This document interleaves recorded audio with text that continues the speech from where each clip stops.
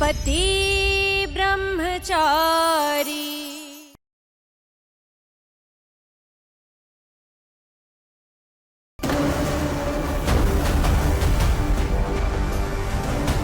இஷாக்கு வேற இப்போ உடம்பு சுத்தமா சரியா இல்லையே. இந்த நிலைமையில அவ இப்ப எங்க போயிருக்கா? அவளுக்கு மட்டும் ஏதாவது ஆயிடுச்சுன்னா அப்புறம் ஐயாக்கு என்ன பதில் சொல்றது?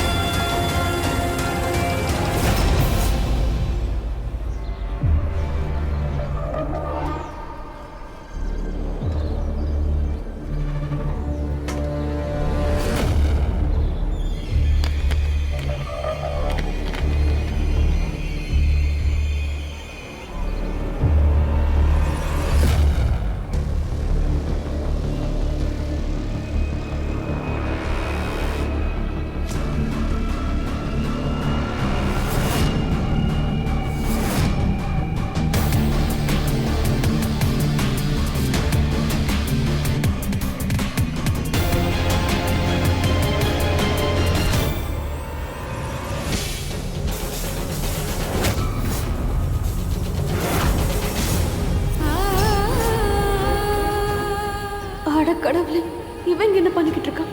எனக்கு அப்பா கிட்ட போகவும் இஷ்டம் இல்லை, இவன் கூட போகவும் இஷ்டம் இல்லை.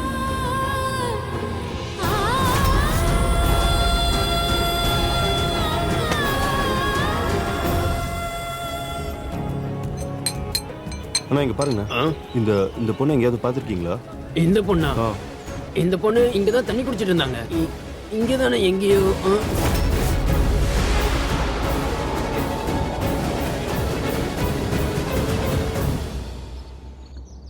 நம்ம அத்தைக்கு எப்படியும் உண்மை தெரியதான் போகுது.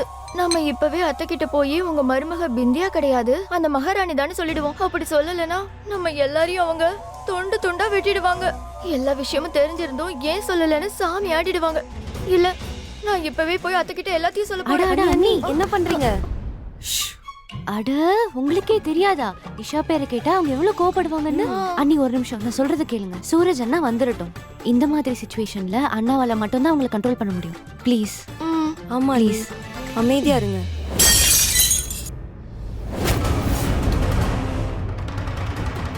மறுபடியும் நஷ்டத்தை ஏற்படுத்தியிருக்க சுட்கி. நான் பண்ணலமா, ஆரவ் தம்பி தாமா இப்படி பண்ணாரு. ஆரவ், அட எதுக்கு சின்ன பசங்க மாதிரி நடந்துக்கிற? உனக்கு என்னதான் வேணும்? எனக்கு கேர் டேக்கர் யாரும் தேவையில்ல. எனக்கு என் தங்கச்சி ஈஷா தான் திரும்பி வரணும். ஈஷா என்னைக்குமே இந்த வீட்டுக்கு திரும்பி வரமாட்டா.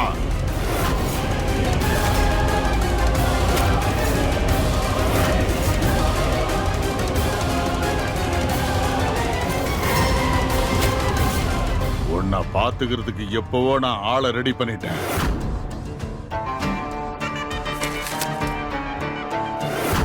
இந்த வீட்டுல எல்லா முடிவும் நான் தான் எடுத்திருக்கேன். ஆனா இப்ப நான் ஒரு முடிவெடுக்க உனக்கு வாய்ப்பு தரேன். இந்த ஃபைல்ல கேர் டேக்கருக்கு அப்ளை பண்ண எல்லா லிஸ்டும் இருக்கு.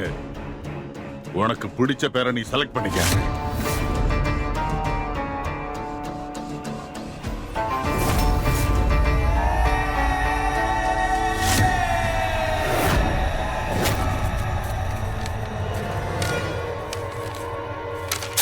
ஓகே, இவங்களே நீங்க கூப்பிடுங்க.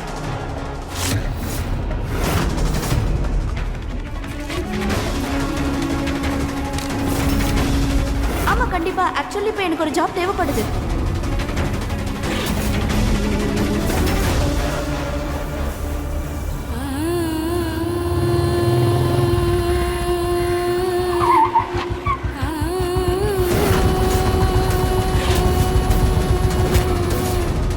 எந்த பிரச்சனையும் பண்ணாம ஒழுங்கா பைக்ல ஏறி உட்காரு ஈஷா.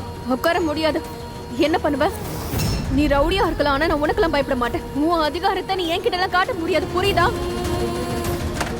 சரி, உனக்கு இஷ்டம் இருக்கோ இல்லையோ, ஆனா இப்போ நீ என் கூட கண்டிப்பா வந்துதான் ஆகணும். வர முடியாது.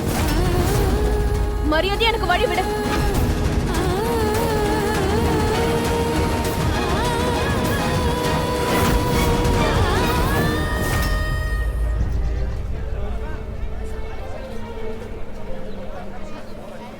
உனக்கு நடந்த எல்லா விஷயங்களுமே தப்புன்னு எனக்கு நல்லா தெரியும். உண்மை என்னன்னா இந்த கல்யாணமே தப்பு. அதனால நீ எங்க வேணா போறதுக்கு உனக்கு அதிகாரம் இருக்கு. ஆனா ஒரே ஒரு கோரிக்கை, சரளா அண்ணி தான் எங்க வீட்டோட பெரியவங்க. அவங்களால தான் நாங்க எல்லாரும் இன்னைக்கு ஒரே வீட்டுல வாழ்ந்துகிட்டு இருக்கோம். இன்னைக்கு அவங்க ஹாஸ்பிட்டல்ல இருக்காங்க. சூரஜுக்கு கல்யாணம் ஆயிடுச்சுன்னு அவங்களுக்கு தெரிஞ்சிடுச்சு. இப்ப அவங்க பிடிவாதம் பிடிக்கிறாங்க. அவங்க முன்னாடி வந்து மருமக நின்னாதான் அவங்க மருந்துகள் எல்லாம் எடுத்து பண்ணலாம். அது வரைக்கும் மருந்துகளை எடுத்துக்க மாட்டாங்க. இங்க பாருமா, அவங்க கும்பிட்டு கேட்டுக்கிறேன், ஒரே தடவை, ஒரே ஒரு தடவை நீ ஹாஸ்பிட்டல் வந்து சரளா அண்ணிய பாத்துரு. அதுக்கப்புறம் நீ என்ன ஆசைப்படுறியோ அது நடக்கும். ஆண்டவா, நான் நினைச்சது நடந்துடுச்சு. நான் மாமியார்ல மருமகளோட முகத்தை பார்க்கும் போது ஏதாவது கொடுக்கணும்ல. என்னன்னா இப்ப என்கிட்ட இந்த ஒரே ஒரு மோதிரம் மட்டும்தான் இருக்கு. இதை வச்சு நான் என்ன பண்றது? அதான் என் செல்ல மருமகளுக்கே கொடுக்க போறேன். அழகா இருக்குல்ல?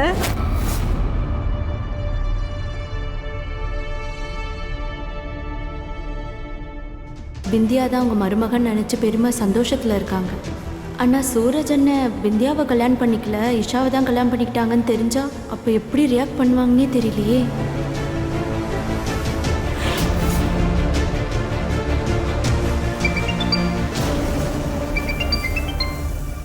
ஒரு நிமிஷம் பெரியமா. இங்க அமுக்குமா. ஹலோ, உன்னை கேர்டேக்கர் ஜாபுக்கு செலக்ட் பண்ணிட்டாங்கம்மா. நாளைக்கே நீங்க வந்து ஜாயின் பண்ணலாம். Thank you so much. அத்தை, நீங்க யாருக்கு தேங்க்ஸ் சொல்லிட்டு இருக்கீங்க அத்தை? பாய் ஃப்ரெண்டா? சொல்லுங்க. நீ என்ன டிடெக்டிவா? எல்லாமே தெரிஞ்சுக்கணும்னு ஆசைப்படுற? நீங்க என்ன சாதாரணமா எடை போடாதீங்க அத்தை. வேணும்னா பாருங்க, நீங்க யாரு கூட கனெக்ஷன்ல இருக்கீங்கன்னு கண்டுபிடிச்சு காட்டுறேன். ஓ அப்படியா செல்லம்? சரி சரி, பாட்டி கிட்ட போ.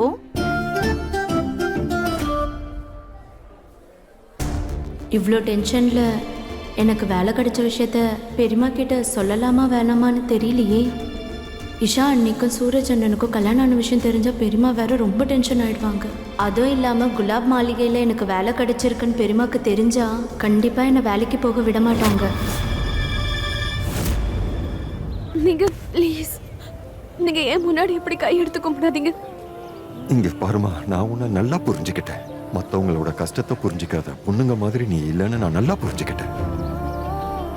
உறவுகள் எல்லாத்தையும் முறிச்சுக்கிறதுனால வலி குறையும்னா கண்டிப்பா நான் அதை முறிச்சுக்க தயாரா இருக்கேன். ஆனா சில உறவுகள் சுமைமா, அதுல இருந்து வர முடியாது. நீ ஒன்னே ஒண்ணு புரிஞ்சுக்கமா, நான் என்னோட கடமையை சரிவர நிறைவேற்றுறதுக்கு உன்னோட உதவி எனக்கு தேவைமா.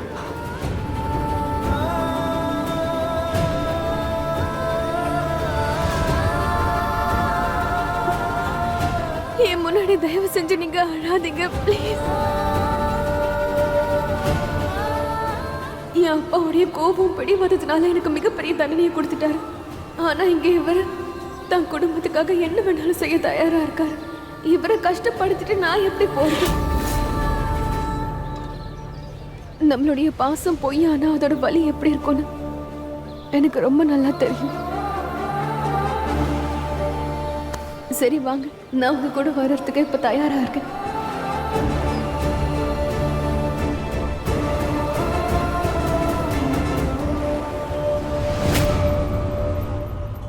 ஆட ஆண்டவா, என் முன்னாடி சூரஜும் பிந்தியாவும் மாப்பிள்ளை பொண்ணு கோலத்துல வந்து நிக்க போறாங்க. யாரு கண்ணும் படக்கூடாது. அதனால வந்த உடனே நானே கையால திருஷ்டி கழிப்பேன். அப்புறம் பிந்தியாவை முன்னாடி உட்கார வச்சு மோதிரத்தை போட்டு விடுவேன். ஆண்டவா, ஒரு வழியா நீங்க என்னோட வேண்டுதலை நிறைவேற்றிட்டீங்க.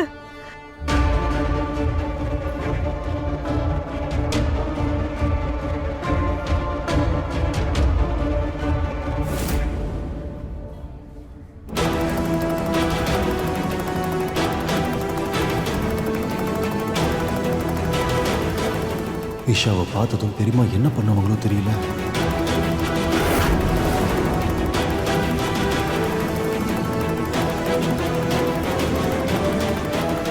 சூரஜ் நெல்லு. எனக்கு என்னமோ அம்மா முன்னாடி ஈஷாவை இந்த மாதிரி கூட்டிட்டு போறது சரியில்லைன்னு தோணுது. என்ன சொல்றீங்க? ஆமா, ஆதி அக்கா கரெக்டா தான் சொல்றாங்க. பேசாம ஒண்ணு பண்ணலாம். இவங்க துப்பட்டாவை வச்சு உங்க முகத்தை நம்ம மூடிடலாம். அதான் சரி. ஆனா இதுல அவங்க முகம் தெளிவா தெரியுமே. முகத்தை மூடினா போதுமா என்ன? கண்டிப்பா அத்தை முகத்தை பார்த்தே ஆகணும்னு சொல்லுவாங்க. அப்ப முக்காடி எடுக்கணும்ல. அட ஆமால, அந்த மாதிரி பண்ணா பெரிய ஷாக்கா இருக்காதுல்ல. அப்ப அப்படியே போட்டுக்கோங்க. இருங்க, நான் வேற ஏதாவது ஏற்பாடு பண்றேன். இருங்க வரேன். இந்தாங்க. ஒரு நிமிஷம். ஹாஸ்பிட்டல் கோவில்ல இருந்த துப்பட்டா. அட எல்லாம் வெளியே உட்காந்து என்ன பஞ்சாயத்து பண்ணிட்டு இருக்கீங்க? சீக்கிரமா உள்ள வாங்க எல்லாரும். சீக்கிரம் உள்ள வாங்க.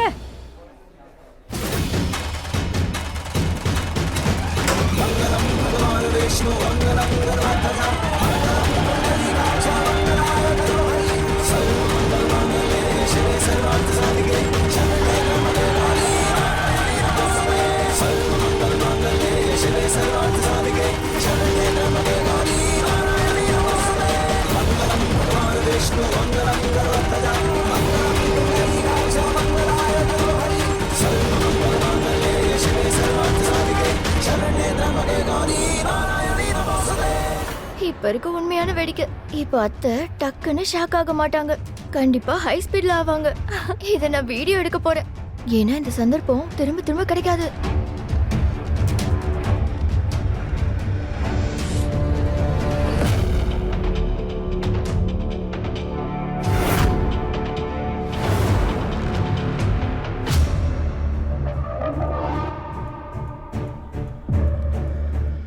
அட ஆண்டவா, இதை என்னால நம்பவே முடியல. என் வீட்டு மருமக கோலத்துல ஒண்ணு பாப்பேன்னு. உக்காருமா.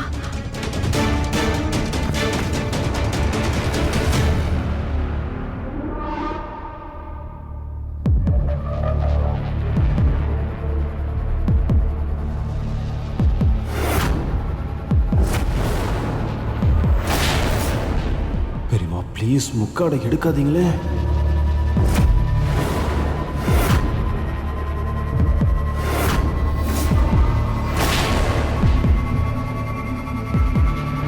கடவுளே, எப்படியாவது இந்த சிச்சுவேஷனை சமாளிச்சிடுப்பா ப்ளீஸ்.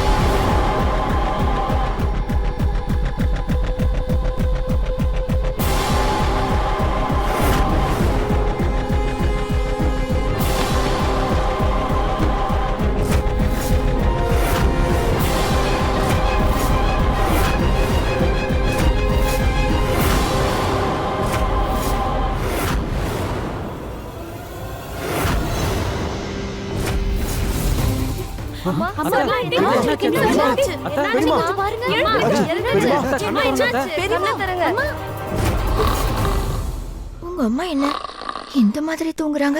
மகாபாரதம் போர் ஆரம்பிக்கும்னு நினைச்சா கொரட்டை விடுறாங்க. கும்பகர்ண மாதிரி. அட யாராவது டாக்டர் கூப்பிடுங்க. நர்ஸ் நர்ஸ் நர்ஸ் நர்ஸ் சீக்கிரம் வாங்க. இவங்கள கொஞ்சம்.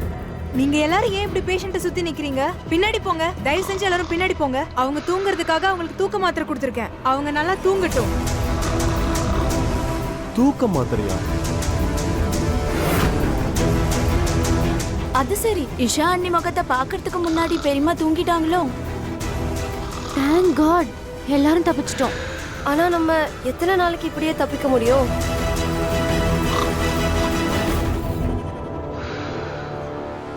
சரளா ஆண்டிக்கு என்ன சுத்தமா பிடிக்காது.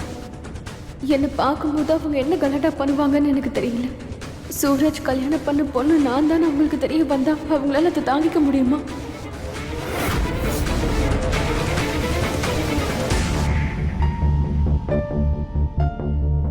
அங்கிள், இப்ப நான் போலாம் இல்லையா?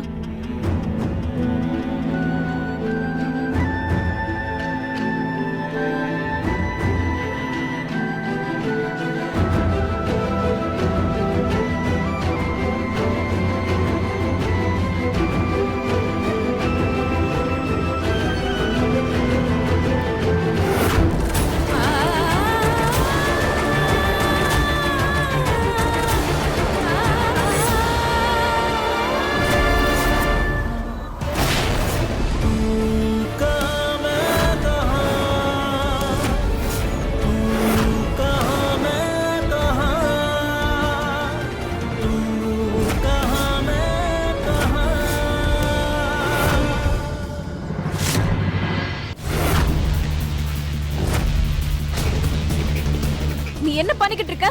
என்ன இப்ப போக விடு. நான் உன்னை போக விட மாட்டேன். அப்ப முடிஞ்ச தடுத்து பாரு.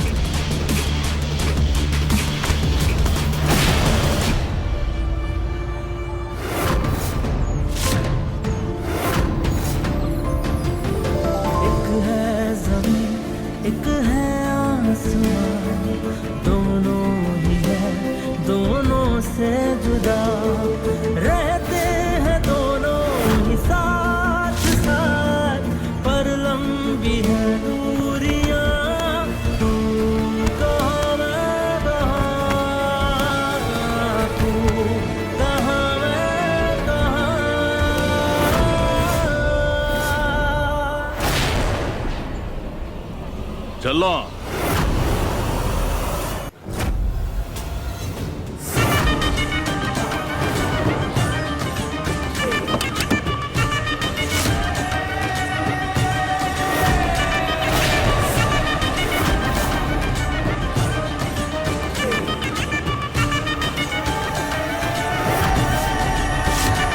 ஐயா,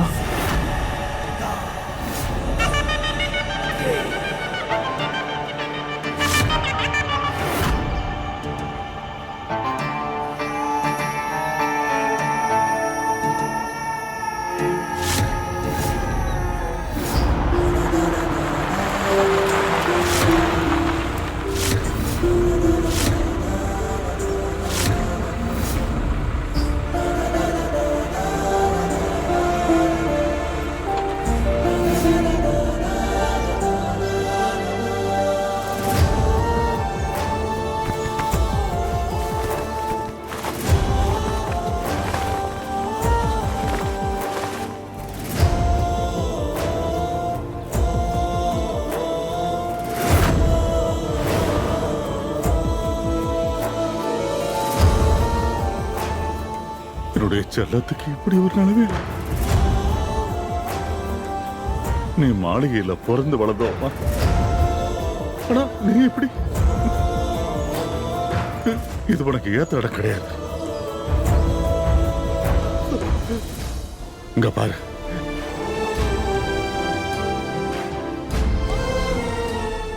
மறுபடியும் உன்னுடைய உலகத்தை கூட்டிட்டு போறதுக்காக நான் அங்க வந்திருக்கேன்.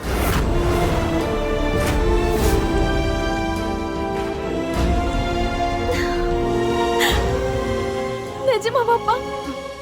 ஆமா, ஒரே ஒரு தடவை என்கிட்ட நீ மன்னிப்பு கேளுமா. நீ மன்னிப்பு கேட்டுட்டு என் கூட நீ தாராளமா வரலாம்.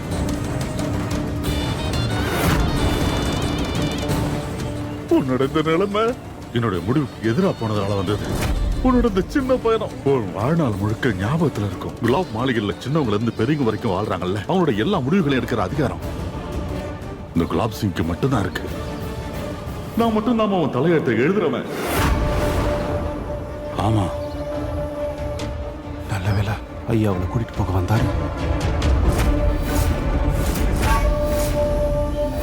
என் மகளுக்கு விடுதலை கிடைச்சிருச்சு குலாப் சிங், விடுதலை கிடைச்சிருச்சு. அவளுக்கு விடுதலை எல்லாம் கிடைக்கல, அவளுக்கு கல்யாணங்கிற கூண்டுல அடைச்சு வச்சுட்டேன். அவளும் உன்ன மாதிரி துடி துடிச்சு சாகதான் போறான். நீதான் இப்ப துடிச்சிட்டு இருக்க. அவ என்னோட பொண்ணு. நீ காட்டுற பாதையில அவ என்னைக்குமே நடக்க மாட்டா. அவளுக்கான பாதைய அவளே தேடிப்பா. அது மட்டும் இல்லாம அவளுக்கு உன் கூண்டுல இருந்து விடுதலையே கிடைச்சிருச்சு. வாயமுடு. அவளுடைய தலையெழுத்து அந்த குலாப் சிங் முடிவு பண்ணிட்டான். என்ன பாரு, கூடிய சீக்கிரம் உன் பொண்ணு என் காலடியில வந்து விழுந்து அவ பண்ண தப்புக்கு என்கிட்ட மன்னிப்பு கேப்பா பாரு.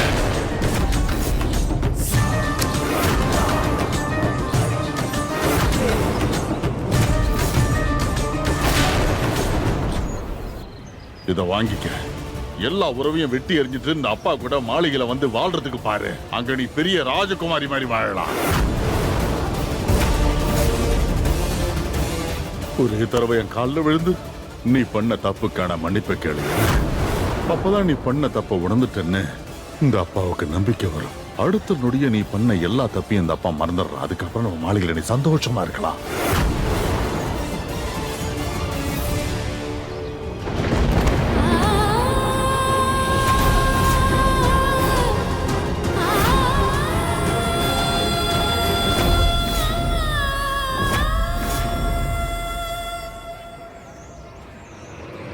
வாங்கிக்கமா.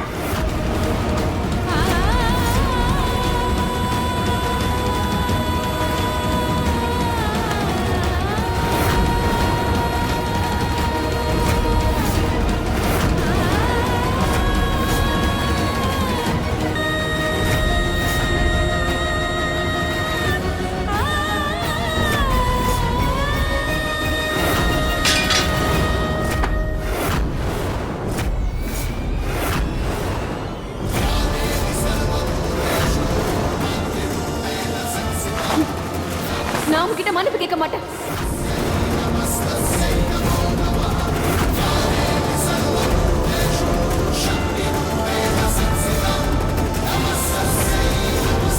நீங்க என்னுடைய நம்பிக்கையை உடைச்சிட்டீங்க. நான் ஆசைப்பட்ட எல்லாத்தையும் என்கிட்ட இருந்து பறிச்சிட்டீங்க. ஆனா இனிமே நீங்க என்னோட தன்மானத்தை பறிக்க நான் எப்பவும் விட மாட்டேன். நீங்க ஒண்ணு உங்க பொண்ணை கூட்டிட்டு போக வரல. நீங்க என்ன சொன்னாலும் அதை கேட்டு நடந்துக்கிட்டு சரின்னு சொல்ற ஒரு ஜடத்தை கூட்டிட்டு போக தான் வந்திருக்கீங்க. நீங்க நான் கஷ்டப்படுறத பார்த்து ஒண்ணு என்ன கூட்டிட்டு போகிறதுக்காக இங்க வரல. நீங்க வந்ததே உங்க பிடிவாதத்துக்காகவும் அகங்காரத்துக்காகவும் நான் தலை குனிஞ்சு நிக்கிறத பார்க்க வந்திருக்கீங்க. அப்பா நீங்க அப்பவும் ஒப்பந்தம் போட்டீங்க, இப்பவும் போடுறீங்க. எந்த மனுஷன் தான் சுயலாபத்துக்காக தன் பொண்ணோட வாழ்க்கையை பணம் வைக்கிறாரோ அப்படிப்பட்டவரை நம்பி நான் போனேன்னா அவர் திரும்பவும் என்ன பணிய வைக்க மாட்டாருன்னு என்ன நிச்சயம் இருக்கு. ஒரு அப்பான்றவர் எந்த ஒரு எதிர்பார்ப்பும் இல்லாம தான் பசங்களை நேசிக்கிறவர் தான். 2 நாள் நான் இவங்க வீட்டுல இருந்து ஒரு விஷயத்த நல்லா புரிஞ்சுக்கிட்டேன். ஒரு அப்பா தன்னுடைய பசங்க மேலயும் தான் குடும்பத்து மேலயும் எவ்வளவு அன்பா இருக்கணும்ன்றத நான் அரவிந்த் அங்கிளை பார்த்து கத்துக்கிட்டேன். நீங்களும் கத்துக்கோங்க.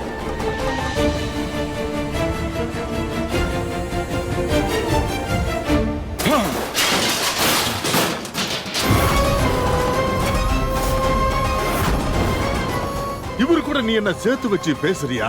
இந்த ஆளையா முன்னாடி நிக்கிறதுக்கு எந்த அருகதையும் கிடையாது, தெரிஞ்சுக்க. இந்த ஆளு கூட என்ன சேர்த்து வச்சு பேசுறியா? அவரை கேளு. இது வரைக்கும் நீ வாழ்ந்த மாளிகை வாழ்க்கை இருக்க, அந்த வாழ்க்கையோட ஒரு நொடி அந்த ஆளால கொடுக்க முடியுமா? கேளு. இது வரைக்கும் நான் உங்க கூட அங்க வாழ்ந்த வாழ்க்கை இருக்குல்ல, அது ஒரு போலியான வாழ்க்கை. போதும், அனாவசியமா உளறத நிறுத்து. இந்த உலகத்துல இருக்கிற எல்லா எமோஷனும் பணத்துக்கு முன்னாடி ரொம்ப சின்னதாயிடும். அதை நீ புரிஞ்சுக்க. எந்த ஒரு வசதிகளும் இல்லாம உன்னால 2 நாளைக்கு அந்த வீட்டுல தாக்கு பிடிக்க முடியாது. நாளைக்கு கூட தாராளமா வந்து நீ என்கிட்ட மன்னிப்பு கேட்கலாம். அதனால கடைசி தடவையா உங்ககிட்ட கேட்கிறேன், என்கிட்ட மன்னிப்பு கேளு. என் கூட வந்துருமா? அப்பா உங்க முடிவு வேணா மாறி இருக்கலாம், ஆனா என்னோட முடிவு என்னைக்கும் மாறாது.